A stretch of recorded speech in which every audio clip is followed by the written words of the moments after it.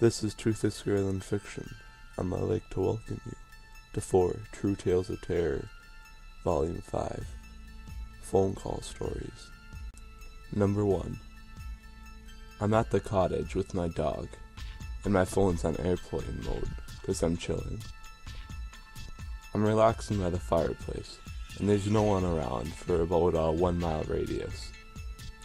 I do this every month when I take some time off from the city and all the turmoil. I've fallen asleep, and at 1 a.m., the stationary phone starts ringing. Keep in mind that I have a super solid mind, and I won't get freaked out even if Bigfoot was knocking on my front door. I'm too lazy to pick it up, so it rings for about a minute straight, and then stops for 5 seconds before it starts ringing again. I pick up and immediately exclaim my discomfort. I don't even care who it is. Are you insane? Calling me at 1 a.m.?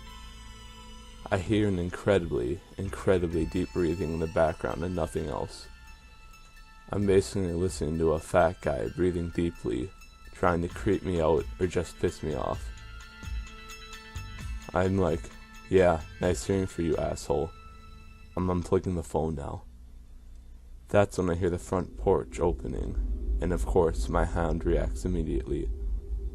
I promptly investigate, and there are indeed footprints of a stranger in my front yard. My dog tracks them down. At a certain point, the footprints vanish completely, at the middle of my front yard. Number 2. Back in 2014, some friends of mine wrote my phone number on a dozen different bathroom stalls with, "Call me for a good time." Once, every 3 or 4 months, I'd get a phone call or text from a random number asking me for a good time. I get a phone call a few weeks ago at 11 p.m. Hey, is this? Followed by my name. Yeah, who's this? I was just calling about the good time. Yeah, I know. Sorry, that was a prank. No good time. No good time? Wrong, buddy. I drove a long way for this good time. Excuse me? I hear 3 loud bangs on the back door, and I look toward it. There's a 6'5"-ish skinny guy with camo cargos and a Sonic the Hedgehog t-shirt, and he's just staring at me through the door. And he's holding a machete.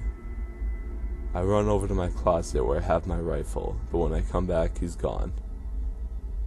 I spend the next 3 hours sitting in the corner with the rifle, and almost shoot my roommate when he comes home drunk at 4 a.m. knocking stuff over.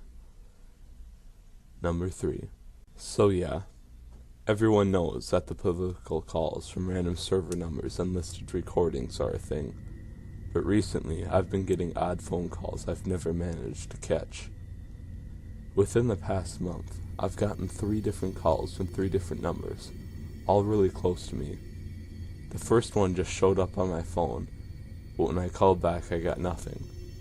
The second one, from a different number in the same area called last Friday, left me a text message saying to call back. I called back and got nothing. I even left a message, but I still got no answer.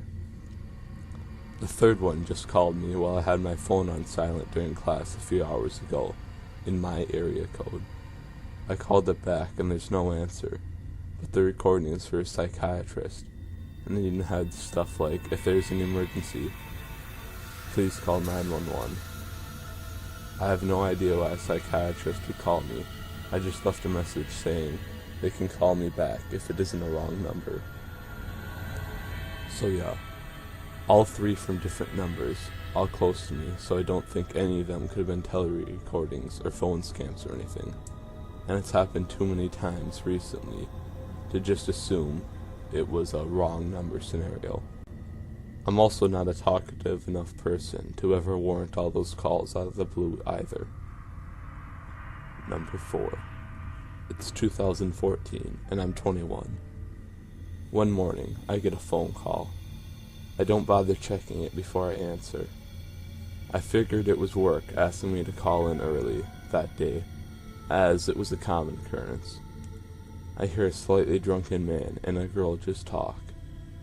The girl sounded a lot like my girlfriend.